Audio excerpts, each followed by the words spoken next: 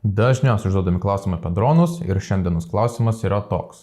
Ar man yra reikalinga licencija? Turbūt labiausiai užduodamas klausimas iš visų. Tai visų pirma, kiekvienas bepiločio orlaivio naudotojas turi užsiregistruoti transporto kompetencijų agentūroje. Registruotis nereikia tik tuo atveju, jeigu naudojate kažkokį tai žaislinį droniuką, kuris neturi kameros ir sveria mažiau už 250 gramų.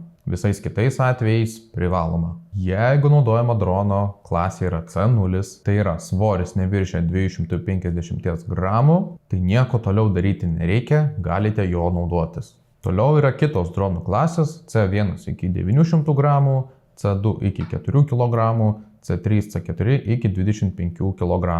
Norint naudotis šių kategorijų dronais, jau yra reikalingas papildomos licencijos. C1 klasė yra reikalingos A1, A3 licencijos, C2 klasė yra reikalingos visos 3 A1, A2 ir A3 licencijos, o C3, C4 klasiai yra reikalingos A1, A3 ir dar papildomai ST specialiosios kategorijos licencija. Visas licencijas galite gauti ir daugiau informacijos apie sužinoti adresu tka.lt.